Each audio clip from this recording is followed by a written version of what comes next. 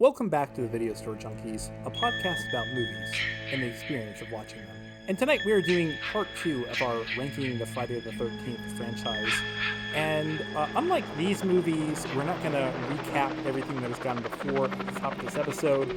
Go just listen to episode 1 if you want to know who we are, what's going on.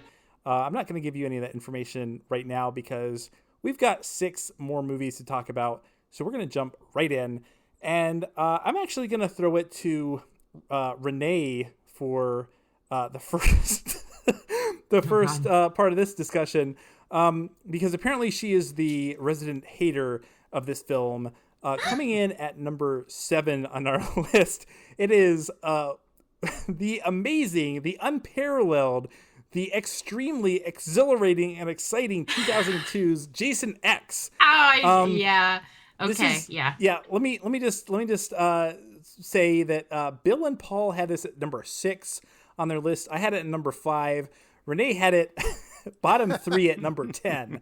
So Wow. Renee, take it away.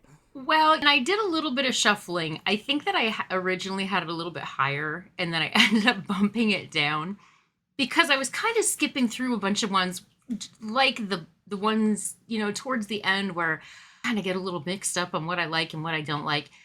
And there were some certain parts of it that I caught. I think notably it was the ending. And I was just like, I fucking hate this movie. But there's other parts of it that I really like. However, I don't think I can really truly describe to you how much I hate ants. I hate ants. And so the whole ant process, why would you, I hate ants. And I have fantasies of people writing like historical fiction where there's a world without ants and how everything is better and it's like a utopia. I hate ants. But with that aside, I don't know, because there's a lot of things that I liked about this movie, and I appreciated that they tried to do something different, but there was just a lot of parts that I did not like the android with a bowl cut. It's always like, it's the future, so women are more naked and men are more covered. Yes, the future of fashion. I liked the laser tag. I liked when the guy fell on the drill bit. That was good. Yeah. So I think like I said, I think Paul and Bill ranked this pretty high, but I think I'm going to be the Jason X defender on this episode. Because there are so many things that this movie has against it. It basically looks like a early 2000s sci-fi original movie. Yeah. Its premise is genuinely goofy from the get-go. Doesn't really follow any of the other the storylines that have been set up in any of the other movies, other than Jason exists and he kills people. I know why you guys ranked it so high. What's that? The nipple clamps. What was that scene? So there's so many weird parts of this movie, but for some reason it's just like I can't help but enjoy it. Like I can't help but appreciate that they had this outrageous concept and they just went all in on it. Mm-hmm. There are actually some pretty there are some lines that I genuinely laughed at in this movie. I love a couple of the actors. Jonathan Potts, who plays the professor. He's been in a ton of stuff. I appreciate he's giving it his all. And then Peter Mensa as the military guy. I can't remember his name. But Boyd Banks, the guy who's the pilot, who we've actually talked about before because he was in. Oh my God, what did we talk about him? In Land of the Dead, he was the butcher zombie. He's also in the Dawn of the Dead remake. I think he's a Canadian actor. He's been in a bunch of stuff.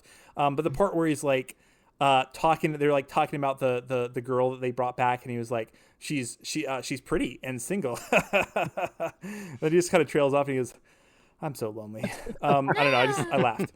Yeah. And Peter Mensa, where he's like, it's gonna take more than a blade through the ribs to kill this old war dog. And then he another blade comes through. He's like, yep, that ought to do it. That was funny. Yeah, that is it had some genuinely funny lines. Yeah, it did. But here's the thing. They balanced it out with some genuinely good kills, and I think Bill, you mentioned like the strength of this series is really in the kills, Right. and this one you Yeah. have the Liquid liquid nitrogen which to is the great. face. Yes. Yeah. Yeah, that was fantastic. Throwing the guy on the drill bit and just having him spin down. That was actually Yeah. pretty cool. So I'm going to defend this movie. Maybe it's also because I think this was the first Jason film I saw in theaters. Oh. This came out in April of 2002, just a few weeks after my birthday, actually. Thanks. Happy birthday to me. And I do remember seeing this with like opening night, and people were like laughing at some of the lines and having fun and oohing and eyeing whenever Jason killed someone in a gruesome way. So Paul and Bill, you guys, like I said, had it pretty close to me. Do you actually like this movie at all, or were you just like everything else is worse? It is basically Alien/Aliens. I mean, almost kind of a ripoff of it, but it's fun. I mean, I think it's they go back to Jason always works best when people are isolated, and so they're isolated here. You can't get off the ship. So yeah, I mean, it was fun. It just it wasn't quite as fun for me as the ones that are ranked above it. But it wasn't one that you'd have to. If he said, "Hey, we need to watch this one again," I'd be like, "Okay, I could watch this one. Yeah. It's pretty fun." Yeah. And it even has like a reference to, well, it would either be, if it's the book, it would be what Stanislaw Lem who wrote it, but it would be Tarkovsky, Solaris, the name of the space station that they crashed through, killing 19,700 and whatever people is Solaris, and that was before the remake by George Clooney. So they're referencing either the Stanislaw Lem book or the Tarkovsky movie. So there you go. Yeah. They get credit for that There too. you go. I really enjoyed the movie. This is to me this is the last enjoyable Friday the 13th film. They should just, that's from 1 through 6, and then it's all downhill from that point on. It's stupid. It's it's Leprechaun in space. You've run out of ideas. You have 100% run out of ideas. It's like, this is the only thing we have left. We're gonna send him into outer space, and this is almost one of the final films that was made. Really, it didn't make money. Although Zach finally got to go see some horror movies, that wasn't enough. This was a genuine box office dud. This is actually, I believe, the first and only Friday the 13th film whose gross has been less than its budget. That's domestic gross. That's pain. So, Oh wow. But at least you can see where the budget went. That they actually spent some money on this. I make no bones about it. I found the android very attractive. Yeah, she was cool. She was really cool and everything. I don't know why she was with that loser, except I guess he programmed her. Find him attractive. I love the scenes though where her head's severed, Yeah. and it's just Yeah. him cradling. You can almost see her kneeling down. Yes. she's Yeah, obviously yeah, off obviously. screen. We're not So even gonna bother funny. with like a green screen. I like this film. It's fun.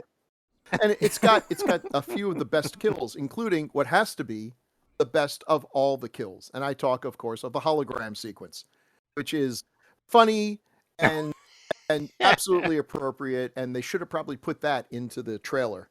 The trailer doesn't really get the pure goofiness of this. Look, it's indefensibly stupid, but at this point, that's the way to go. You've gone as far as you can with the premise of Jason. You either just have to keep spinning your wheels, and people have gotten tired of that, or you have to go in some crazy supernatural direction, and people were not going for that. So there's really only two things you can do. One of them is to go into a completely new genre, science fiction. It didn't work. In terms of, I mean, I enjoyed it, but not enough people did. So, and then the other possibility is what they did with the next film. And so, I'll give them credit for trying. But listen, science fiction film. The thing I just could not wrap my head around. These kids on this space station, they don't even seem mature enough to be camp counselors, and we've left them in charge of a space station. And I realized No, they were. It was a field trip, Bill. Oh my Bill, God! It was a field trip. You know what? Listen, They're too old. It was a field trip to Earth. No, did you not pick that? The one guy was the professor. I get and that. Listen, they were students. They're and it was a field trip to they're Earth. too old for field trips, and they're too young to be on a space station. They're in that awkward age when they should not. No, but I realize nobody wants to see a bunch of people my age getting killed, or maybe they do. I don't know, maybe that would have worked. But maybe that's the thing they should have tried. They should have done a Friday 13th movie with like middle-aged people, and when they sneak off to have sex, the audience is like, Jason, please, no, kill him, God, I don't want to see that. Damn. Jason at a retirement home, and he's going to kill the old people, and then there's like an old octogenarian couple that are having sex, and he just stops and like kind of turns away in disgust. Throws up inside his hockey mask. Yeah. In his mask. Yeah. It comes out the holes. Yeah. Oh no. Yeah. So I don't know. I think there's like this. I will say this felt like a little bit of a palate cleanser, because this is after you got the New Blood, Jason Takes Manhattan, Final Friday, and then this, which is just I don't know. Yeah, it's just fun. Yeah, it looks like an episode of Farscape, but whatever. It's a fun little movie. And this was speaking of the box office.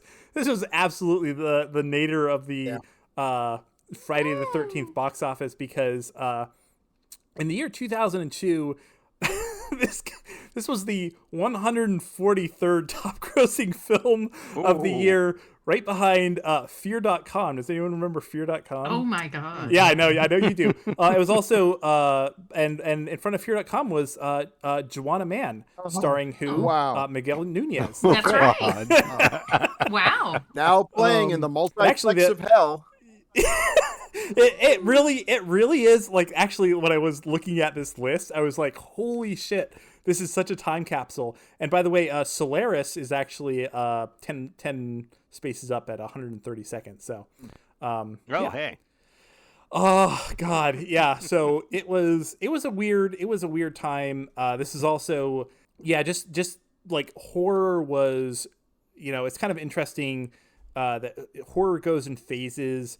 And I think we talked about this a little bit about like some of the later installments of Nightmare on Elm Street and Halloween, and like what was doing big numbers when those movies were kind of on the descent, because 2002, if you count it as a horror movie, I don't know if I do, but the top grossing horror film was Signs, if you count that. And if you don't, it was The Ring remake, which did like Definitely huge counts. numbers. Yeah. Yeah. Now this film was like held for 2 years from when they finished it to when they finally released it. So they didn't have a whole lot of faith, and I guess you can see why. Yes, they were right. Yeah. I will say the one other thing we haven't mentioned, we do get a nice little David Cronenberg cameo at the beginning, because I think James Isaac, who directed this, I believe he was like an effects artist that had worked with Cronenberg in the past.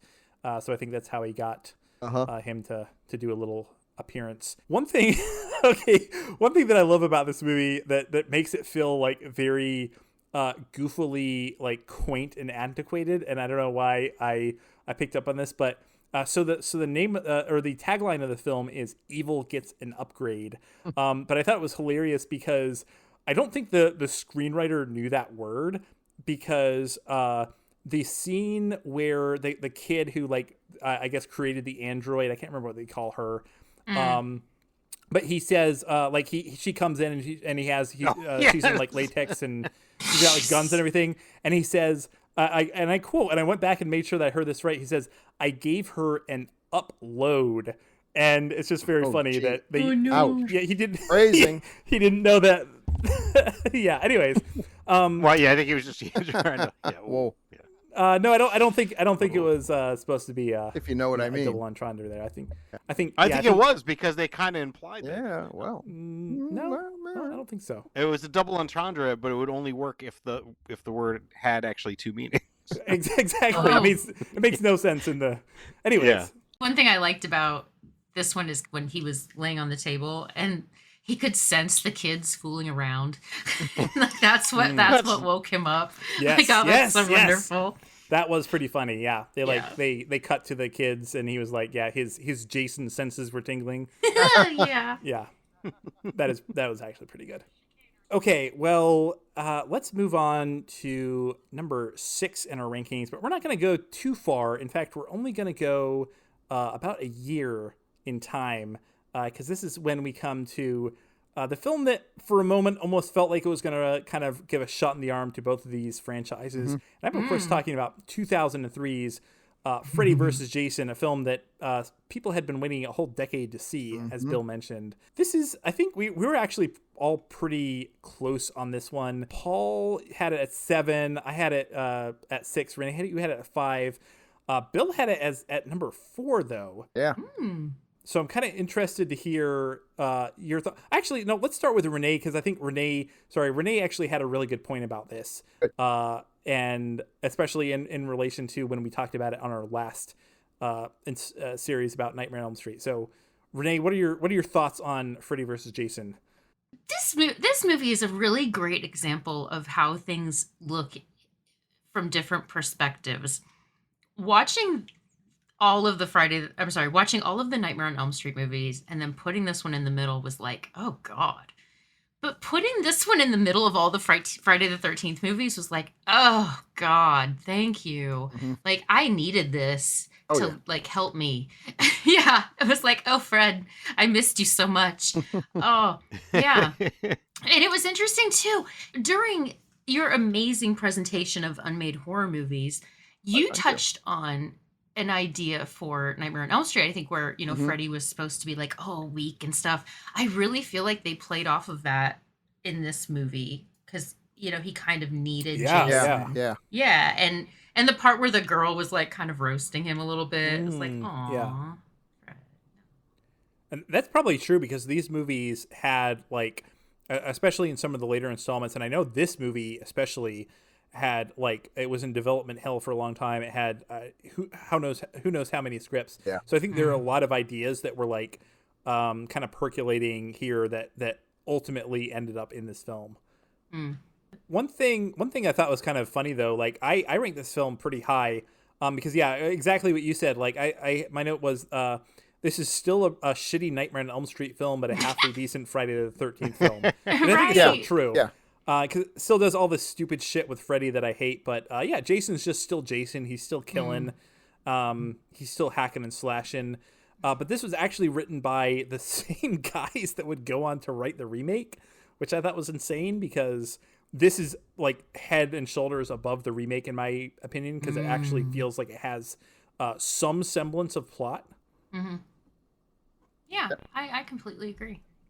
Yeah, I think because the styles of what people were into had changed between this and when they got to the remake. I mean, like I said, we talked. The remake was more torture porny and things like this versus this had I think this had some of the playfulness of it. And to me, this one, just like when we I think I rated this higher than everyone else did on the Freddy one, but it sort of fell in the middle for both of these for me, and it's sort of the bottom of the top or the top of the bottom. Is the way I kind of look at it.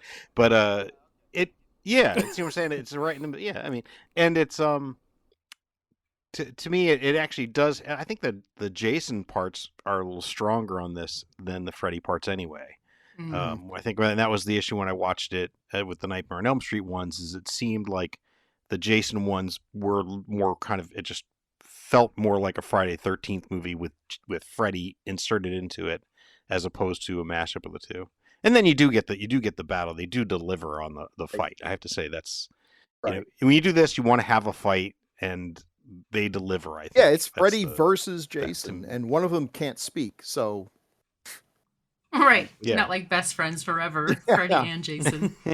See, I like this because I like monster mashes. I like House of Frankenstein, House of Dracula, Frankenstein meets a Wolfman. I like when you combining these. And to me, this was very much it's basically Jason is Frankenstein's monster and Freddy is Dracula. You got the brains, you got the brawn. Yeah. And it worked. And I thought the fight was cool. Sending canisters of air as torpedoes is a cool concept. I don't think it would actually work that well, but it looked great. It was. It delivered. Now the director Ronnie Yu, I think he did a good job directing this, but Ronnie Yu was an amazing director who, strangely enough, after this, and this made a ton of money, he only did 2 more films. So I don't know what exactly the was, but if you ever get the chance to see The Bride with White Hair, he's a Hong Kong director. Oh yeah, yeah, And it's that's fantastic. yeah, he did some really cool stuff that, that when Hong Kong was the place to be, the place that was just Mm. turning out great stuff. For a while there was no more fun place to see films than the stuff coming out of Hong Kong, where Korea is right now. And I thought he did a good job on this. He was given a lot of freedom. But you want to know the scariest thing about this? According to Wikipedia, and why would they lie? They spent $6 million in script development. Everybody tried to write a script for this. They hired everyone you could imagine, including the folks who did Blade. Everyone tried this, and they just could not seem to crack it. And I don't know. This doesn't seem like a really difficult concept to do. I don't know if they were trying to go too big or if they weren't going big enough. I thought what they settled on was perfectly adequate. This was never going to be a great film. You just have to deliver what people want. So basically, they had a premise like Jason Takes Manhattan, and instead of pissing it away, squandering the opportunity, they said, no, we're actually going to have Freddy versus Jason, and that's what they did. And the result was they made a lot of money. They made a ton of money on this. It's funny you mentioned Jason Takes Manhattan versus Manhattan. The whole part of this, one of the things I did not care for was how he's suddenly afraid of water. It's like, dude, you were just on a boat, hanging off of the boat. Like, he's in the water all the time, rain, no big deal. All of a sudden, like, oh, I can't get wet. Like a delicate flower. There was a little bit of retconning there. Yeah, there was literally like other installments where he like wades into the water to get at someone. Literally, right. Yeah. Yeah, I mean, I guess it could, like Bill, you said that there were so many screenwriters and none of them could crack it. Like, I would argue they never really did crack it. I think they just eventually just needed to make the movie, right. We got what we got. Yeah, it's not. I don't think it was necessarily the film that any horror fan would have wanted, but it's at the end of the day, you have Freddy and Jason and they're fighting, and sure, that was something that we were probably, in the 90s, we weren't sure was ever actually going to happen. So, you say they didn't. It's like people who describe their kids. Yeah. It's like, it's not the one we wanted, but it's the one we got. I mean, that's how I got to scramble up. You say they didn't crack it. I think, listen, there's no great movie that's going to be made on the premise and title Freddy versus Jason. This is about as good as it's going to get. These things are not high art. They're not even middle art. They're the lowest of low art. And if they can entertain you for an hour and a half, they've done everything that they can be expected to do. So, yeah, it's fine. It did what it needed to do. Everybody went home happy and told their friends, and their friends went to see it. And it made, what did it make? 130 million or something? 116 million. So, wow. It was a $25 million budget, and it ended up making 82 domestically. I actually didn't write down the worldwide grosses because for most of them they're not available. But this was also a big budget. An adjusted gross. Yeah, 25 million was huge for a horror movie. And this violates what I was saying, that horror movies look best when they look cheap. This doesn't look cheap. This looks like a Ronnie Yu picture. It's well shot, it's bright. Yeah. But here we're going into Warner Brothers cartoon category. I mean, this has that crazy. It's supposed to look good. It's slick because it's really kind of a horror comedy. It's not particularly funny, just the premise and everything, and these normal kids. And I think I liked the human characters a bit more than I generally do in Jason movies, where I can't wait for them to die. Yeah. There was a little more characterization than the previous films. Interesting note, by the way, just rewinding just a little bit. I said I didn't do a lot of research, and I did read one quote. Speaking of, you said these movies aren't high art.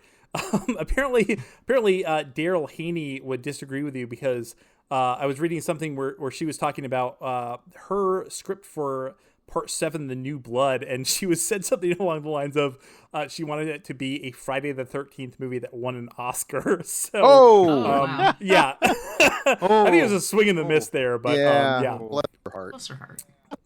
It's because of the censors. If the Exactly. censors hadn't butchered it, it would have Sure. been, right Exactly. there. They tampered with artistic vision, and we all lost out.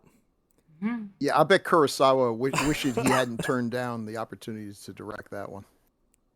There were a lot of folks. Okay, so some of the people who did turn down the opportunity to direct this one, to Guillermo del Toro, Jackson, Wow. Rob Bottin. Well, we got what we got, and it's interesting to compare. Again, watching this as a Jason movie, in my opinion, far more exciting or enjoyable than. One more, two more people who turned it down. Wes Craven was offered. Hey, Mhm. he said Probably nah. a smart move, yeah. And Yeah. Rob Zombie. Ooh. Oh dear Inter- God. Hey. Now, to Could've be been. fair, I think they only turned. I think Rob Zombie only turned it down because the executives told him that he could not cast Sherry Moon Zombie as Freddy. So That's a deal Yeah. killer. my Well, she God. couldn't do, but she could have done Jason though, right? Would you have been okay maybe. with them as Ooh, Jason? Wow. Oh my God. oh god, I could just imagine the Rob Zombie version of this that randomly has like Sid Haig and Bill Moseley cameos. Yeah. No wait, actually that sounds kind of cool. They're making it sound better. Exactly. Okay, well, let's move on. Let's talk about number 5 on our list. And we're going to take a trip back to the 80s because we're getting back to some of the more classic installments. In fact, we're going to go back to 1986 for Friday the 13th, Part 6. Jason Lives. Bill, you were so excited about this movie, you actually put an exclamation point in the title. Ooh. Yeah, I actually thought that was there, but it's not. Yeah, no, that's fine. It should be. It should be. I think it's better with the mhm. exclamation point. This is one we actually all ranked pretty close. Bill and Paul had it at 5. Renee had it at 6.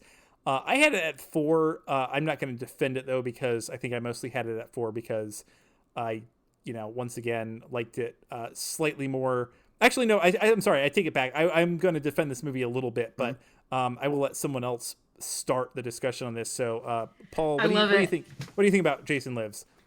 Well, I mean, this is one. The first time you watch it, and all of a sudden, you get the James Bond opening, and you're like, oh, okay, they're going with a different. That's what I love about this. Because Zach was like, "Wah," and now he's the one that rated it like the highest.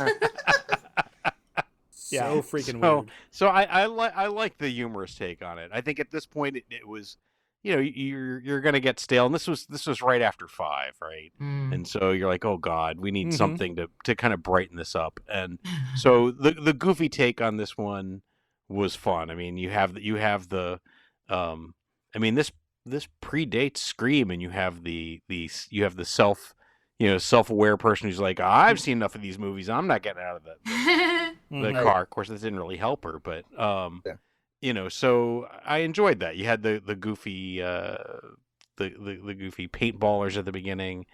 It was just fun. It's like, let's just do something fun with this. And then, I mean, you've got Horshack in it, right? And you've got this is the one, right? Yeah.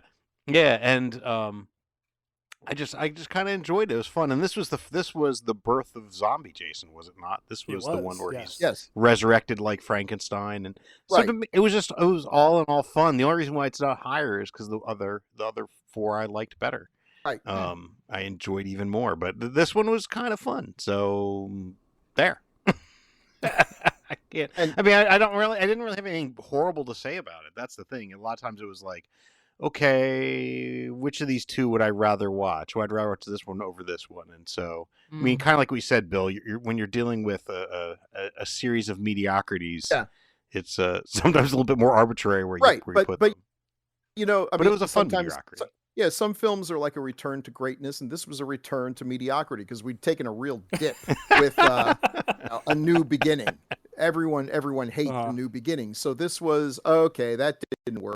Let's go back to what does work, and they brought him back in a way that was, I mean, in its own weird way, plausible. Sure, I guess. Lightning does weird stuff. And now okay, yeah. And back to, so it was, I hated The New Beginning so much that this, which was clearly an apology, you couldn't have had a bigger apology than this film unless like number 9 had been it opens up in Manhattan and we actually follow him, around there or something. So this was them admitting, hey, the audience has spoken. We want Jason back. We don't really know how to bring him back, so bolt of lightning. And you know what? Nobody walked out of the theater. My intelligence has been insulted the last time. No, we just sat there and took it. Sure, bolt of lightning. Just start killing people. And he did. And it was kind of fun. It's an enjoyable Friday the 13th thing. It's just, yeah. So it's sorry, it's kind of funny because I rated it higher than you, Paul, but I hate all the things that you love about it. I hate all the jokes are so weird. I think I mentioned this, but there was one joke that got a giggle out of me, and when they're panning over all the kids, and like one of them has like a picture of, I think it's mom or something. One of them has like a note that she's writing home. And then one of them has a paperback copy of No Exit by Jean-Paul Sartre. That got a goof. That got a giggle out of me. Okay, but I will say I like this movie for one reason and one reason only. And this is probably the biggest failure of this series, is that they didn't pick up after this. Because I legitimately love Tom Matthews as Tommy Jarvis. I think it feels like he's in a completely different movie than kind of everything else that's going on because of all the other stupid shit, like the paintballers and all that dumb fuckery. So I will mention, like, Tom Matthews, I just love him because I always recognize him as Freddy from Return of the Living Dead. I actually forgot he was in this. But I think he's a really fun actor. And I don't know. I think he, like, especially after they brought this character back in the last one and didn't do jack shit with it. And in this one, it actually is like a continuation of this character's story that makes sense. He is playing that kind of Laurie Strode or, Nancy. Like, he's basically a character that is kind of a protagonist to Jason. Yeah, I don't know. I think he's very enjoyable. I like his performance. And there's something about that made me, like, despite all the other stuff, if they could just, like, cut all of that comedy out and just, like, make a short version with him, I think it would actually be one of the best Friday the 13th movies. So that's my take.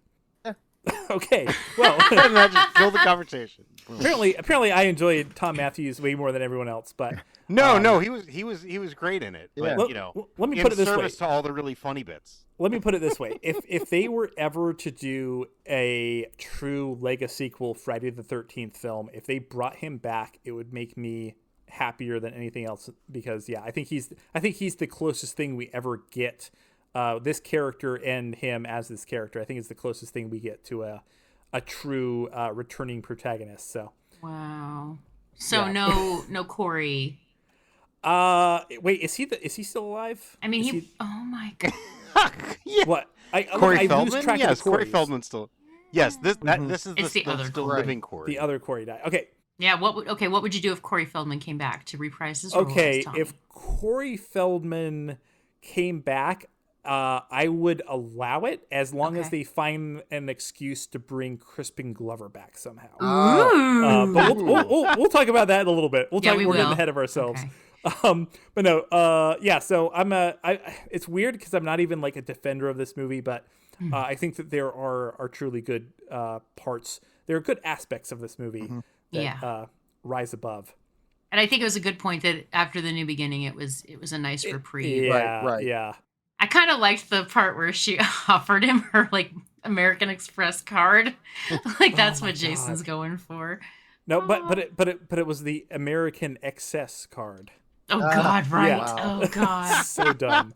And I was gonna say the only reason I know that is because they linger on it for like 2 minutes, so it gives you time to actually read the thing. Because they're like, you gotta make sure everyone gets this joke before we move on. Yes. Oh God. And that was when they were really pimping those American Express cards too, so it was great. I think one of my I did kind of like some of the stupid shit because I like stupid shit. It's why I like you guys so much. No, I'm just kidding. Yeah, fair enough. So one of my favorite things about this movie was the song, the outro song.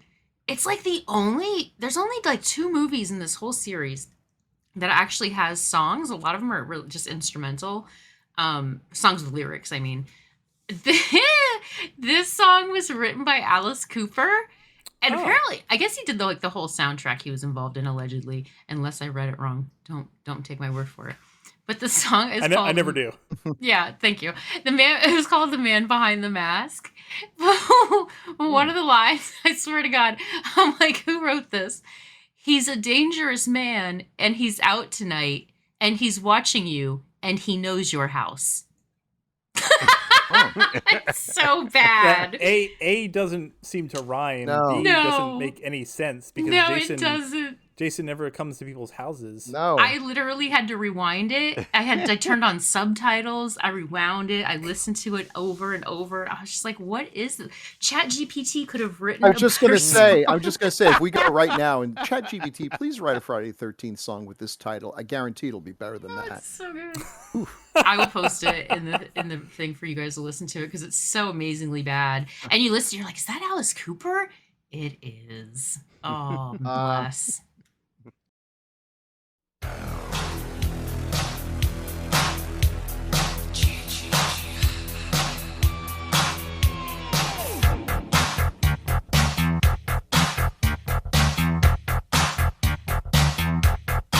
You're with your baby, and you're parked alone on a summer night. You're deep in love, but you're deeper in the woods.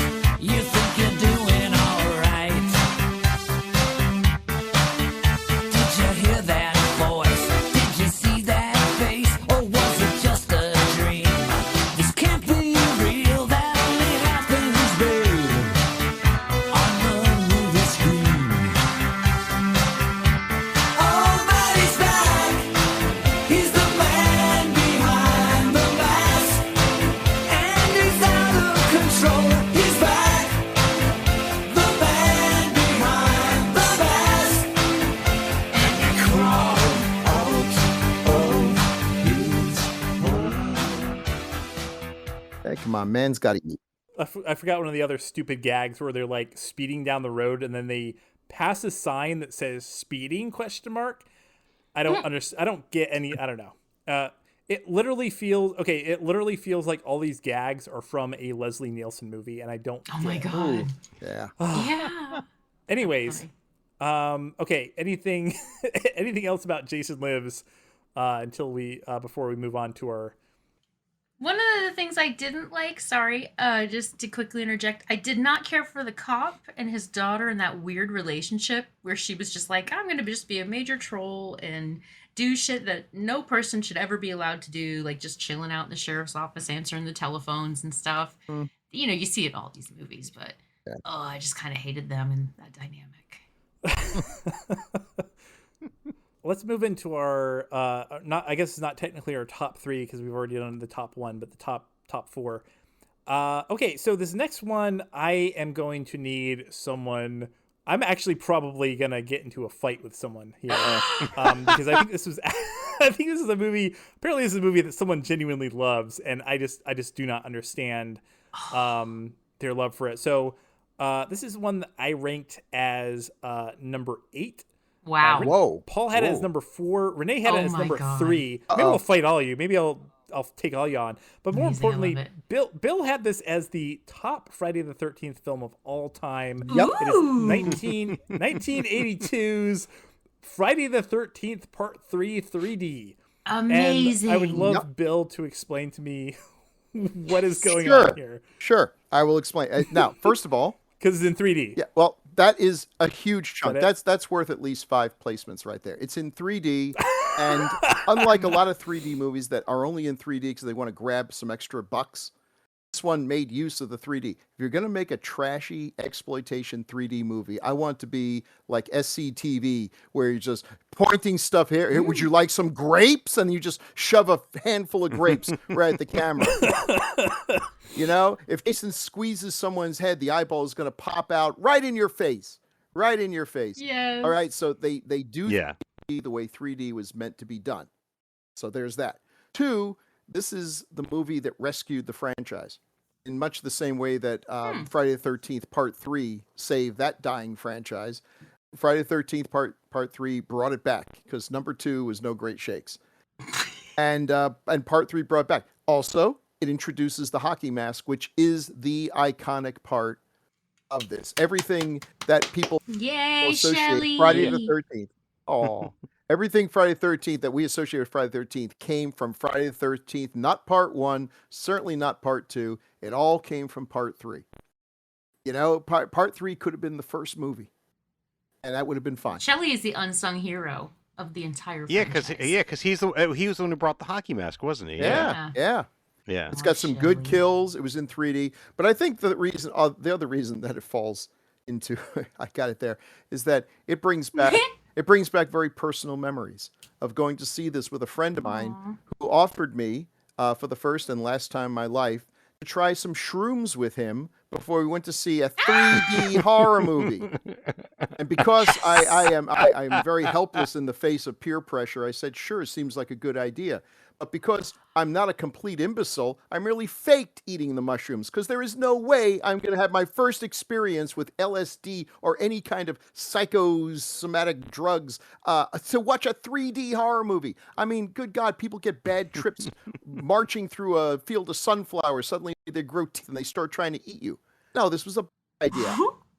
Oh, I'm watching him half the time because I'm waiting for him to like go into a bad trip and rip out his eyeballs, or more importantly, my eyeballs. And we just, yeah, the audience, you know, you look around and the audience is all wearing those 3D glasses, and it's like, yeah, this is just total dystopia here. I'm just thinking to myself, how did it come to this? How did it come to this? You know, I had a real future ahead of me, and here I am sitting watching a 3D horror movie with a bunch of people who look like freaking robots from the 1950s next to a guy who's tripping out on acid. How does this end? And it was fine. So I just have great memories of that film. I saw it again in 3D, and it still holds up. It's okay. Listen, I'm not a big Friday the 13th fan. So, you know, the ones I pick for number 1, none of them are going to be for that this film was great. The only thing that's great about them is that they bring back a particular memory of my life, because these things have been around for so damn long that the history of my life can be illustrated in what Friday the 13th freaking movie was out at the time. You know? Oh God. Yeah. Yes. It's like they're like diary entries. So, and this one I just have the most fond memories of. So there you are. So go ahead, trash me for my sentimentality. That's all right. That happened to me with the Jaws movie. I forget which one it is, but I think the worst one is Ooh. the one that I was most exposed to as a Oh child. God, It's yeah, like, that's oh God. ooh. It might have been The Revenge. Oh no. That one Oh, with Mario Van Peebles. I'm sorry. There's no memory good enough I to know. put up with that. Yeah. I know it's bad. It's the one that was always on TV all the time. Can't get rid of it. I blame USA Up All Night. Oh yeah. So by the way, did anyone watch this in 3D for? No, I wish for I their had reviewing? though. no, not for this, but I mean, like Bill, I did see it in the theater in 3D. So when I was a kid, like I said, again, the most iconic kill, which is the spear gun kill, we didn't get to see because they didn't change out the yeah. bulb. Yeah. But it also had some absolutely gorgeous shots. Now, one shot I do remember was when they're in the back of the van and they're smoking pot, and the smoke looked fantastic. I've never seen this good. A lot of times 3D effects are kind of shitty, even when they do them well. But the smoke looked fantastic, and the guy hands it up, and it was great because half the people in the audience mimed as if they were reaching to grab the joint. And then there was an absolutely gorgeous sequence towards the end where there's the lake, and there's the dock is reaching out into the lake, and it is one of the most beautiful things. So there's some really pretty sequences in 3D in this, and so if you ever do get a chance to watch it, I highly recommend it because it like Bill said, it does the 3D well, And again, to me, this is the first Friday the 13th I saw. So to me, this is the was it the Friday the 13th? This is the definitive one for me. Mhm. So Yeah, I will say I watched this in 3D for the first time actually. Oh, wow. When we were man. doing this, and Oh, cool. the 3D is not actually bad. I have trouble with 3D because I wear glasses, so you have Mhm. to I have to like wear the Mm. glasses. I don't know. It still looked okay, but it was still I I found honestly spoiler alert. It's funny that you mentioned, Bill, that you think this movie's better than the second one because I found them practically indistinguishable Mm. watching them back to back, which kind of makes sense. So these were actually this one and the second one were both directed by Steve Miner. Who I think this is kind of like the last time that you get a movie that is really is created by anyone who has any connection, because I think he was an associate producer on the original film, Mhm. directed 2 and 3. Interestingly enough, the one of the screenwriters on this one would go on to co-write A New Beginning. So I don't know. I just found this incredibly tedious. The fact that the first 6 minutes of this movie is just a recap of the last movie. I was also extremely confused that they introduced a character that had a history with Jason. They kept hinting at it, and I was like, is this this doesn't look like the final girl from the second movie, but is it supposed to be? Did they recast it? And then I realized, oh no, okay, so it's just supposed to be some random ass character who got attacked by Jason in a off screen in another movie, and they have to like I don't know. It was all very confusing. Yeah, I don't know. I think that I think I mentioned like the first movie is totally saved by Betsy Palmer's performance at the end. And these two don't have anything like that. So it's just kind of a boring parade of characters who are totally, ironically, totally one dimensional, even though the movie's in 3D. I mean, yeah, you got weird, like some of the weird things, like you have like the bikers or whatever. And I Yeah. don't know, it's just like all very stupid to me. So, like I think that if you're ranking these in terms of the importance of the lore, yeah, this is like number 1 or number 2, but I just didn't get a whole lot out of it otherwise. Mm. I liked in the beginning where there was the couple, the guy that had like the little shop and his wife with the curlers and stuff. And he goes yeah. outside, and there was that like hilariously bad snake gag where it's Oh. like you could see all the wires and stuff. Oh, it was so bad. Yeah. I kind of liked them though, for whatever reason. I liked that cranky lady. That whole sequence, like that's a good example of, because like so we get 6 minutes, we get this first 6 minutes of a recap of the first Yeah. movie. Or the second movie, then we get a 10 minutes of this couple Yeah. who just get killed, and then we're actually introduced to the protagonist like 15 minutes in. I don't know, it just none of it works for me. I think that a lot of these, though, I think I have a note where it seemed like the kills started getting pretty creative at this point, like with the the spear and the guy that was walking through doing the handstand. Yeah, that's a very violent kill. That Oh, is a it good. That is is. a good shot. The way that you kind of don't know exactly what's happening Right. because it's so quick. Oh, but you can tell Mhm. that it's something extremely brutal. when you get it on Mhm.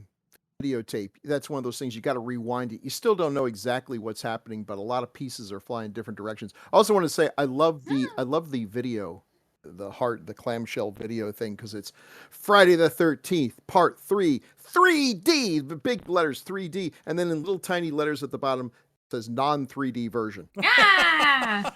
Okay, well then, Oh my god. That's funny. yeah.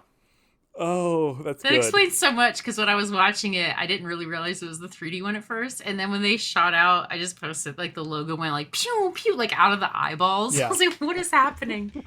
And then when the Harbinger was like shaking the eyeball, Mm, gross. yeah. One thing that was so funny to me is the scene where Shelley and the other guy are juggling.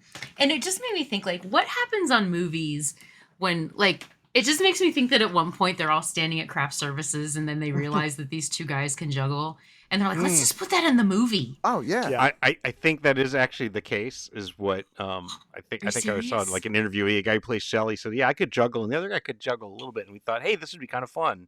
Oh my god. And so they did that as just like when like Bill said, that old fashioned gag, where you're using the paddle ball and things like that. I was gonna say Bill. the yo-yo scene too. Yeah, of course. Anything. Sorry, go ahead, Bill. I know there's a little bit of lag here. If you ever see the movie House of Wax, which is one of the early 3D movies, in the middle of the movie, for no reason whatsoever, this guy is doing this. Come and see, I come to the Wax Museum, and he's got a paddle ball. That stupid game before there were video games. Oh It was my a paddle gosh, and a ball right. on a rubber band, and you would hit it, and he's hitting this and talking to the camera, and it's coming at your face, and in 2D you're like, this, what the hell's going on? But in 3D it was great.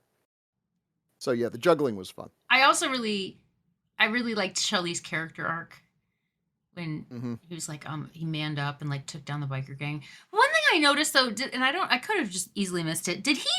I know he died, I think. Did he die off camera? I don't remember seeing him die on screen. He showed up with was his throat slit, or was that when the That's 'cause right. he did like Thank a couple you. That fake was it. ones, didn't he? He had his throat slit. That's what it was. Oh, It just took a while yeah. for him to show up. But yeah, I don't think we see it happen. I think we just see him like No, we stumble don't. in with it, and they think he's joking again. Yes. Yep. I also thought Tommy Chong was good in this. Well, I think we can probably move on unless anyone else has any stories about taking drugs and watching this movie. And we're gonna move on to our number 3 ranking, and we're not gonna go too far though. In fact, we're just gonna go about a year back in time to April 30th, 1981, where kids all across America were clamoring to apparently see the second part of the Friday the 13th series. This was just like a year after the first one came out, and obviously it did so big that they were going to put a sequel out as fast as possible. As I mentioned, this was also directed by Steve Miner. So yeah, the rankings here are very interesting to me because Bill, you had part 3 as your number 1, and you had part 2 as your number 8. Yep. Wow. And to me, they're like indistinguishable. Mm-hmm. Am I crazy? Yeah, part 3 has some good kills that they didn't edit out because the MPAA whatever said, "Oh, we let you get away with the first one, but we're not going to let you get away with the second one." So it's basically bloodless, and I'm sorry, I don't like these films for very many reasons, but one of the reasons is the kills, and with those taken out. Also, he walks around with a burlap bag on his head. It's the most uncinematic, uninteresting, especially when 1 year later we get the hockey mask that really, really works. To have this, he looks like a schlub, and it doesn't fit the continuity. It's like, wait, he's dead. Oh, but we saw him at the end. That was a dream sequence. Are you insane? I mean, he's dead. The whole reason his mom was going crazy is because he was dead. Explain this to me. Yeah, Yeah, he was living in the woods. He was living in the woods. I- So I- she, wait a minute, sold all those kids for nothing. What is she, crazy? Yeah. So okay. So you had this at number 8. Paul and Renee had this as number 2. I had this as number 3. And I think I don't know. I'll let Paul and Renee talk about what they like about this movie, if there's anything. But I actually kind of like the fact that he's just a guy in this movie. The burlap sack. Sure, I guess you could say it's kind of goofy, but it's also, in a way, I almost find it scarier than the hockey mask. I think, isn't it also a reference to the town that dreaded sundown? Yeah. Yes. Am I yes. Yeah, I making think that so. up? Oh, right. Yeah. I don't know. I kind of like the fact that he's not a zombie in this movie. He's not supernatural. Yeah, the continuity makes absolutely no sense, but the idea that he's just some crazy dude out there in the woods, and yeah, sure, I don't understand the whole thing about he saw his mom die, but he also never, I guess, let his mom know that he was still alive. Right. I don't know. It makes no sense. Paul, Renee, what do you guys? You guys had this so high. I mean, you guys had this as number 2. Wow. Oh well, for me, it was the thing that really kind of did it was the ending, because I find his severed mother's head dried up like that still creeps the fuck out of me. To me, that is like when she finds his little shrine to her and she puts on the sweat. I mean, to me, that was just, it disturbed me. It really it was like, oh, it really just creeped the fuck out of me. And I think that's That's the thing that sticks out the most, is that, and her kind of realizing her, using her wits to try to get out of it. That's, I think, the part that really kind of why, to me, it grabbed me, and why I had high blah blah blah boogalakaka up. See, it's so disturbing Yeah, that I you can't even even talk. speak. Very insightful. So, how about you, Renee? You're probably a little more articulate than I am. So, Well, maybe not, but I do have I wrote a lot of notes on this one, and they're just kind of very random notes. I really liked. Okay, so I did not care for the big, flashback recap in the beginning. God. However, I did appreciate that they transitioned it into a murder of the girl from the previous film. I was like, oh, that's great. I loved that the cat yeeted itself through the window. That part just cracked me up.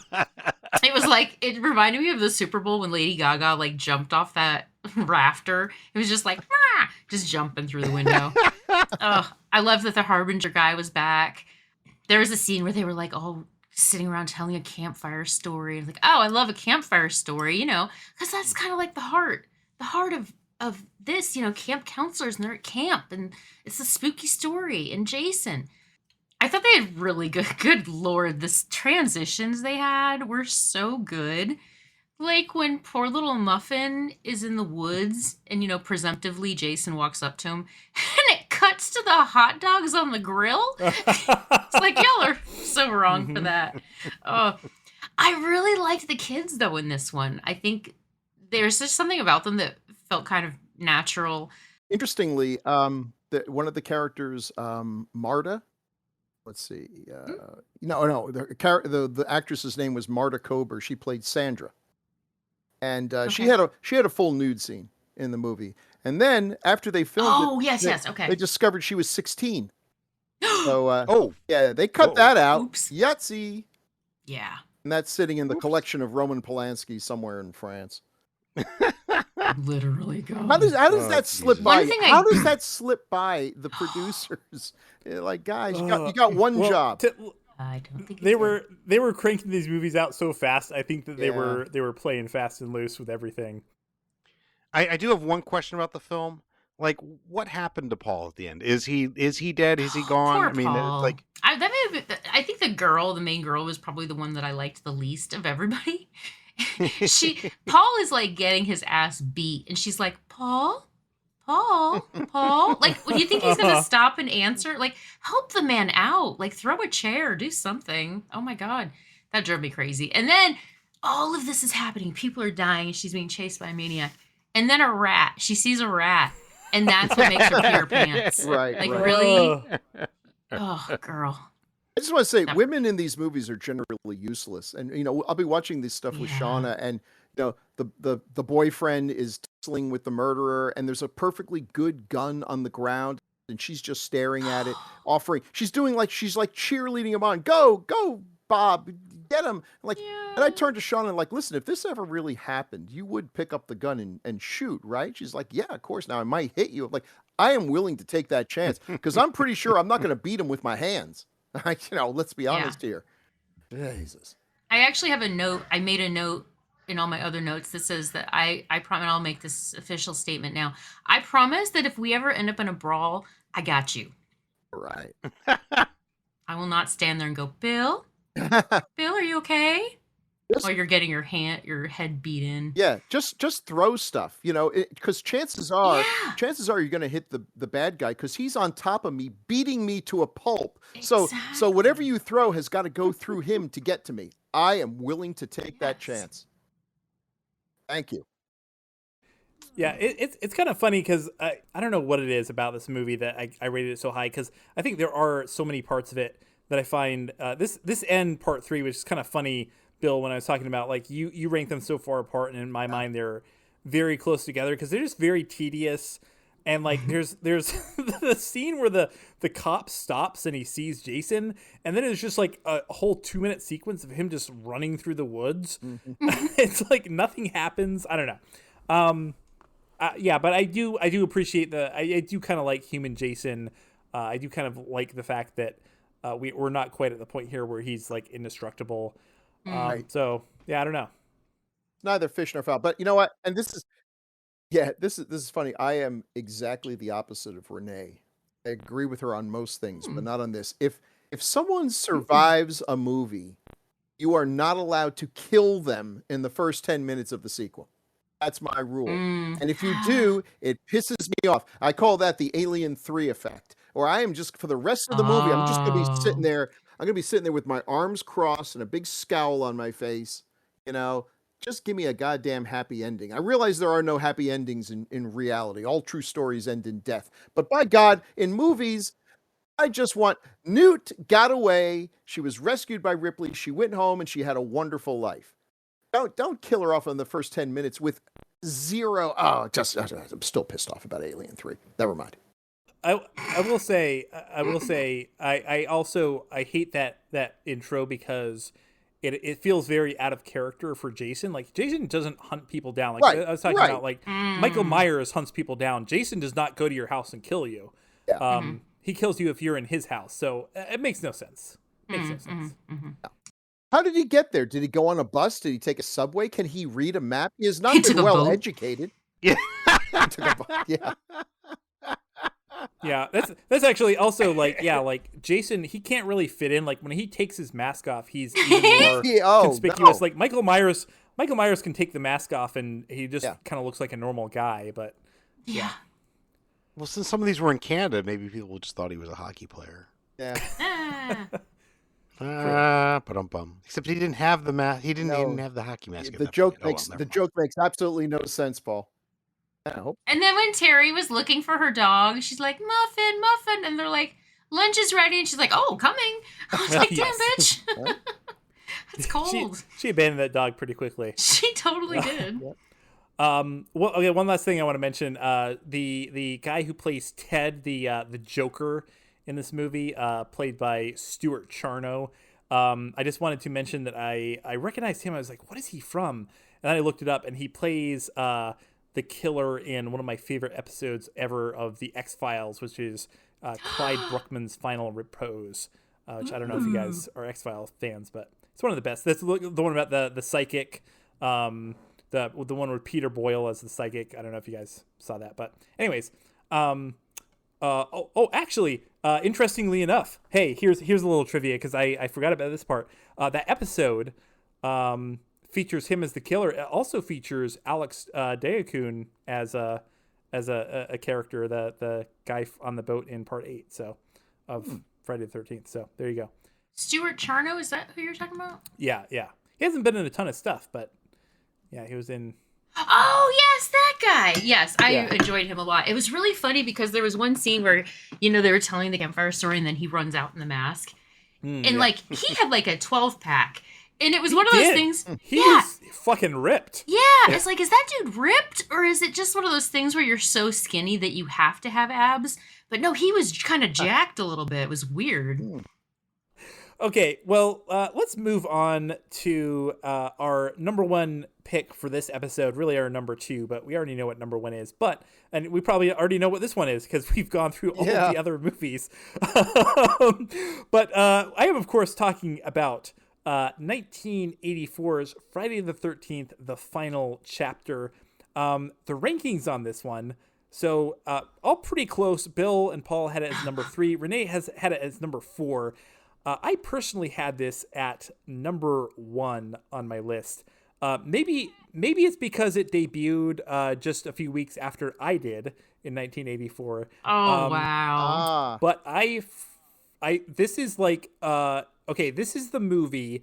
If someone came to me and said, I like horror movies, I like the idea of Jason, but I've never actually seen a Friday the 13th movie, which one should I watch? I only want to watch one of them. Yeah. I would say, go watch Friday the 13th, the final chapter. It has Jason in a hockey mask killing people, and it actually has some semblance of a plot and some semblance of characters that you maybe give the slightest shit about before they get killed.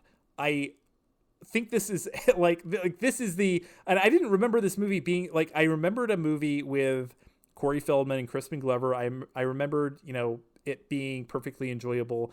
I didn't remember it being this good. I think that this is a lot of fun. I think this is like basically encompasses everything that a good Friday the 13th movie is. So yeah, Wow. I boom, number one on my list. What do you guys think? I liked this movie. It's like Bill said, it's what is it, the shit sandwich versus the shit soup. Yeah. But no, honestly, I liked a lot of stuff about this. The medical examiner, I'm always so fascinated about how medical examiners are portrayed in movies. Like they're super serious and like kind of solemn, or they're super weird and goofy. Like it made me think of the medical examiner from Maniac Cop when he was like sort of floppy.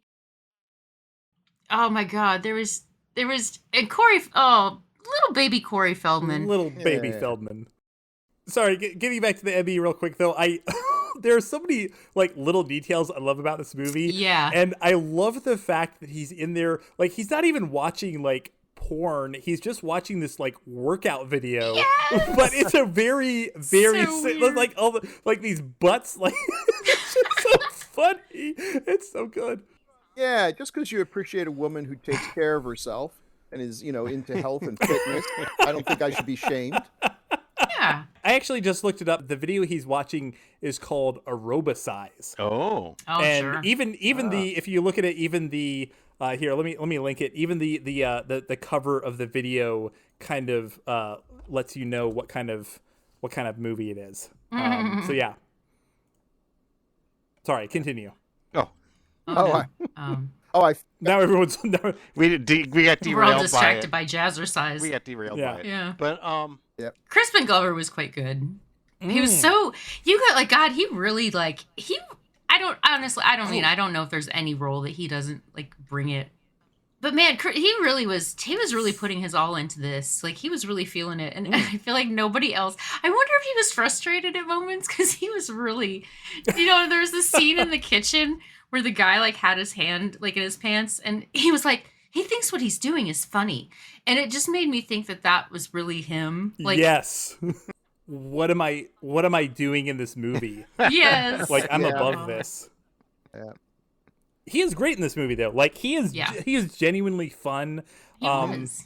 He again like so many of these movies have these characters who are just they show up on screen and there's I don't want to say like these characters are deep or interesting, but it feels like there's very slightly more to them than some of the other movies, and I think that is because they got some actors that could actually like emote even the slightest bit. I do have one note though, that it felt like they had dialed back the kills in this one. I did like the one part where he just like tossed a lady out the window. Yes. I had Tom Savini for this, so you would think that the effects would be top notch. And admittedly, Jason's death is one of the best. It's yeah. absolutely spectacular. Not that out of Now, it. I mean, Bill, you mentioned that the censors were kind of going hard on these movies. So, Yeah. do you think maybe they intentionally self-censored a little bit here? Probably, and this was before we got into the thing where you make everything you can, knowing the censor's going to make you cut it out, but then you're going to slip it into the video, into the DVD. The DVD, yeah. That wasn't a thing. How they got away? I mean, it's very erratic. The first one had all kinds of stuff, nothing, and then the third one we're back to people being chopped into little tiny bits and things. So I don't know why, how things would go. Maybe they caught him on a good day. Maybe they, I don't know, slipped him a couple thousand under the table. Who knows? Who knows? But yeah, clearly this one was again, that end kill. Now maybe it's because it's a monster. It's not a regular human being being chopped into little pieces. It's zombie. Well, he wasn't really a zombie yet, was he? He was just a poor deformed kid. Yeah. This is the final chapter. It's the final installment where he's actually still just a dude. Although he does, I did notice like the design for him looks way more grotesque. Like his hands are all messed up. It looks like he has like really long, almost talons. His face is more messed up. So they did kind of like dial that up pretty far. Yes. So this is our last human Jason. I think the one reason I didn't rank this high, like I said, I put it third, but I didn't rank it higher, was because this was back when we were young and naive, and we actually believed that the final chapter was going to be the final I mean, chapter. I was 2 weeks old, so yeah, I was pretty naive. And I remember Yeah. going there, seeing this with my friends, and it was the Congressional Movie Theater, which was it was like a Kresge's that had been converted into like a multiplex of 6 theaters with like the tiniest postage stamp screens you've ever seen. And we were sitting in there, and we were towards the back of this very tiny theater. And when Jason died, I think we all like applauded, and we're like, "Yay, it's done!" Woo! And we thought, "Hey!" So I think because they lied to us, and this was not the final chapter. I think that's why it got knocked down a little bit in my rankings. Just want to say. Well, they meant it to be the final chapter, but it just made too much money. Well, I mean, let's put it this way: I didn't watch any of the films that came after this until like a few years ago, maybe a year or two ago. So that's I said it's the final one for me. Damn it! The funny thing is, Siskel and Ebert in their reviews claimed that this was the final chapter because Paramount was so embarrassed by having this horrible series that Siskel and Ebert didn't like, that they were going to wash their hands of the whole thing. And it's just like, that's so charmingly naive that they really thought that Paramount was embarrassed by this money-making franchise, and we're going to go back to making art films. Oh man, yeah. If there's one thing movie studios are embarrassed about, it's low cost, high profit films. Yeah, Right. I also like I think I just really wish that this had been like the jumping off point to a better series, because there are some other things that I like the guy who's out hunting Jason. It's not really well developed, but it's actually kind of a cool plot point. I wish they had done more with that. You kind of I guess you kind of get that later in the series with like the Creighton Duke character, but it's really dumb. And also let's just be honest, like there's no way that a film with this dancing by Crispin Glover is going to be any lower than number 1 on my list. It's just I amazing. suppose that's true. All right. Well, on that note, I think we've done everything we possibly can, and I've just found the Aerobosize Laserdisc rip on YouTube, so I'm gonna go enjoy that. Ooh, okay, enough said. Thanks for listening. I would say you should follow us on social media. I can't say words anymore. Can't say anything. But we yeah. But all social media is shit now. So instead, you should just continue. Here's what you should do. You should leave us a 5-star review wherever you're listening to this, because that would help us out a lot. And you should subscribe, and you should keep listening, because we love our listeners almost as much as we love the Aerobosize video. So that's all I have to say about that. Anyone else have anything else to say before we sign off? No, they're all watching Aerobosize. I absolutely. Okay, yeah. Okay, well, have a great night, everyone, and stay out of the woods. Yay. Yay! Take care. Before, you have felt the terror, known the madness, lived the horror. But this is the one you've been screaming for. Friday the 13th, the final chapter. Jason is back. He moves like a shadow, dark and silent. Sorry you changed your mind? He never utters a word. He doesn't even seem to breathe. Where the hell's the corkscrew? He simply, mindlessly, mercilessly kills. But now, Jason's reign of terror is over. Friday the 13th, the final chapter. Jason's unlucky day.